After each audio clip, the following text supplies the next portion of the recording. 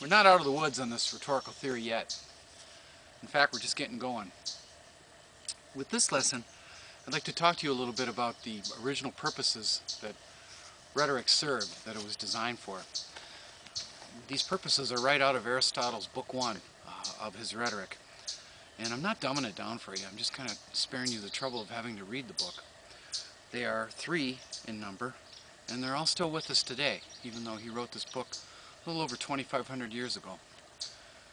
Looks like there's a little sunny spot up on my hill up there. Let's go on up there and I'll talk to you a little bit about it. Come here, Dar. Come here, Dar. Dar, sit. Dar, lay down. Dar, lay down. See that? You can use rhetoric to control dogs.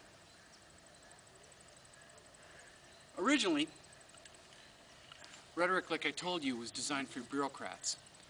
It was conceived of as a study for the young men of Athens, because as I told you in the previous video, they figured out that if you could walk into a room and speak with grace and eloquence, that you could have power.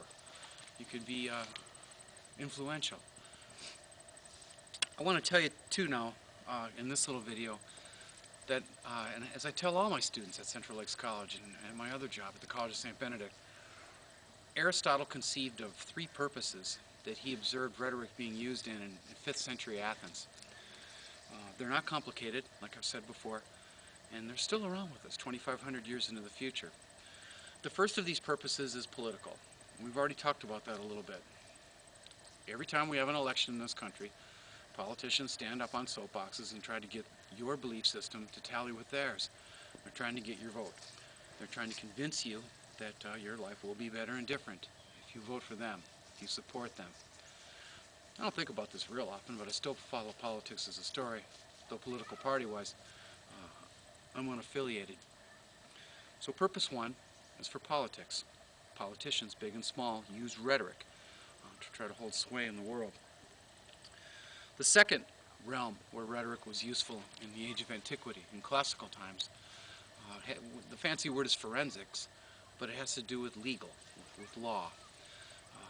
To this minute, everybody knows that if you get in any sort of trouble in the world, you need a lawyer to come in and perhaps defend you, maybe to sue somebody. Long ago, all those centuries ago, we had at least the beginnings of a legal system, although it really didn't get codified and off the ground until the Romans came along 3-4 centuries later. People like Cicero turned it into a profession. But lawyers, attorneys, use rhetoric skills all the time, arguing in court cases, offering briefs, etc. That's another important area of rhetoric. The third area where rhetoric was deemed useful by Aristotle also is still with us, and it's kind of a big, broad, catch-all category, and that's called epidietic.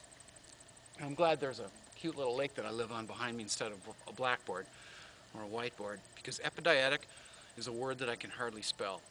I tried to spell it at Central Lakes College last week, felt unconfident about it, and some kid looked it up on his phone and corrected me, found out that I spelled it poorly.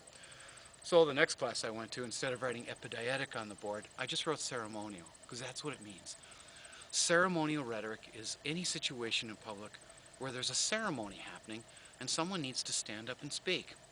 And I know you can think of all the examples. Take a wedding, for instance. You're at a wedding and you hear the little glasses being tinkled by the forks and the spoons. Well, you know what's supposed to happen then. Somebody's, the bride and groom, maybe you're going to kiss, you know, make everyone happy. We like to see that at a wedding. But we also kind of have the attitude of someone make a speech. And if you've been in a wedding, you know that the best man has got to stand up and speak about the groom. That the bridesmaid's got to stand up and speak about the bride. Or you know how that goes. You could think maybe of a retirement ceremony. Last year I went to Central Lakes College workshop on the last day of May, dang near, and I thought that I was going to be going to all the workshops I've ever attended in my life.